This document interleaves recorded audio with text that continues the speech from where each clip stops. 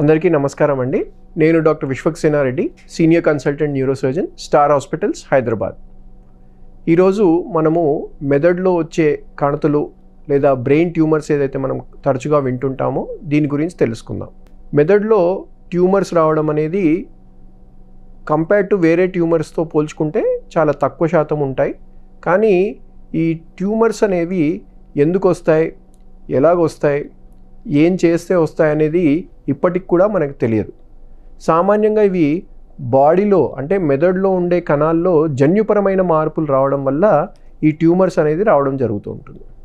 ఇది ఏ ఏజ్లో అయినా కానీ రావచ్చు. చిన్నపిల్లల్లో మొదలు పెట్టుకుంటే పెద్ద వయసు వాళ్ళకి కూడా ఈ ట్యూమర్స్ అనేవి రావచ్చు. చిన్నపిల్లల్లో వచ్చే ట్యూమర్స్ ఒకలాగా ఉంటే పెద్దవాళ్ళలో వచ్చే ట్యూమర్స్ ఒకలాగా ఉంటాయి.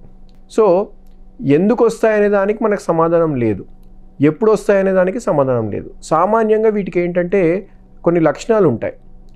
ఈ లక్షణాల్లో మోస్ట్ కామన్ మనం చూసేది ఏంటంటే తలనొప్పి రావడం, ఎస్పెషలీ ఎర్లీ మార్నింగ్ హెడేక్స్, అంటే ఉదయాన్నే మనం లేవగానే హెడేక్స్ రావడం, దాంతోపాటు అసోసియేటెడ్గా వామిటింగ్స్ రావడం, కొన్నిసార్లు ఫిట్స్ లాంటివి, కొన్నిసార్లు కాలు చేయి పనిచేయకపోవడం, కొన్నిసార్లు మూతి వంకరపోవడం, కొన్నిసార్లు వినికిడి తగ్గడం, కొన్నిసార్లు నడుస్తూ ఉంటే బ్యాలెన్స్ సరిగా లేకపోవడం, కొన్నిసార్లు మనం మింగే నరాలు సరిగా పనిచేయకపోవడం, ఇట్లా ఆ బ్రెయిన్లో వచ్చే లొకేషన్ బట్టి మనకు ఆ ట్యూమర్కి సంబంధించిన లక్షణాలు మనకు బయటపడతాం. మోస్ట్ ఆఫ్ ది హెడేక్స్, మనం తరచుగా చూసే హెడేక్సే ఇది కామనెస్ట్ సిమ్టమ్ ఉంటుంది. కాబట్టి ఈ హెడేక్స్ ప్రతి వచ్చిన వారికి బ్రెయిన్ ట్యూమర్స్ ఉంటుందని కాదు, కానీ ఆ హెడేక్స్ ఉన్న పేషెంట్స్లో మనం ఇవాల్యుయేషన్ చేయడానికి ఈ ఎంఆర్ఐ కానీ సిటీ స్కాన్ కానీ చేయడం జరుగుతూ ఉంటుందన్నమాట.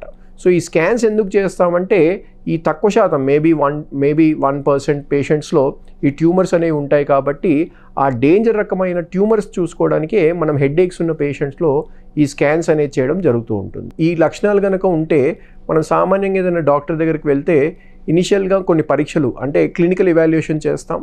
దాని తర్వాత కొన్ని పరీక్షలు చేయడం జరుగుతూ ఉంటుంది.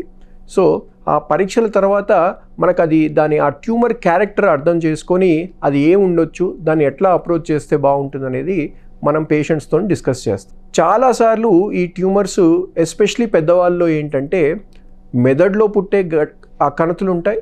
కొన్నిసార్లు బాడీలో ఇంకెక్కడో క్యాన్సర్స్ ఉండి అక్కడి నుంచి మెదడుకు పాకుతాయి.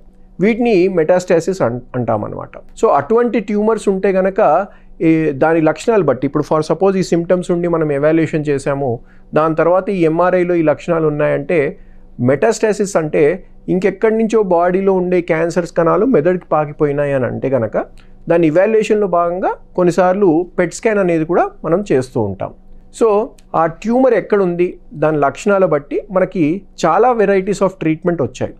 కొన్నిసార్లు డీప్ సీటెడ్గా ట్యూమర్స్ ఉండి చిన్నగా ఉంటే న్యూరో నావిగేషన్ గైడెడ్ బయాప్సీ అని, అంటే దీన్ని మనము ఈ ఎంఆర్ఐ స్కాన్స్ని ఏదైతే మనం హాస్పిటల్లో చేస్తామో దాన్ని ఒక కంప్యూటర్ సిస్టంలో మనము ఫీడ్ చేస్తే మనకి దాన్ని చూపిస్తుంటుంది అనమాట. ఆ క్యాన్సర్ అది ఎట్లా ఉంది, ఎక్కడుంది, దాన్ని మనం ఒక కంప్యూటర్ గైడెన్స్లో ఒక చిన్న నీడిల్ పంపించి మనం దాన్ని బయాప్సీ తీసుకోగలుగుతాం.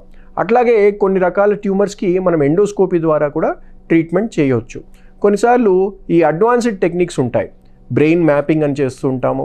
కొన్నిసార్లు ఈ ట్యూమర్ ఫ్లోరసెన్స్ అని ఉంటుంది. కొన్నిసార్లు ఇంకా అడ్వాన్స్డ్ మెకానిజమ్స్ ద్వారా మనం ఈ ట్యూమర్స్ని వీలైనంతగా తీయడానికి ట్రై చేసి ఆ ట్యూమర్ క్యారెక్టర్ బట్టి, ఆ బయాప్సీ బట్టి ఫర్దర్గా అవసరం పడితే కీమోథెరపీ, రేడియేషన్ కూడా అవసరం పడవచ్చు.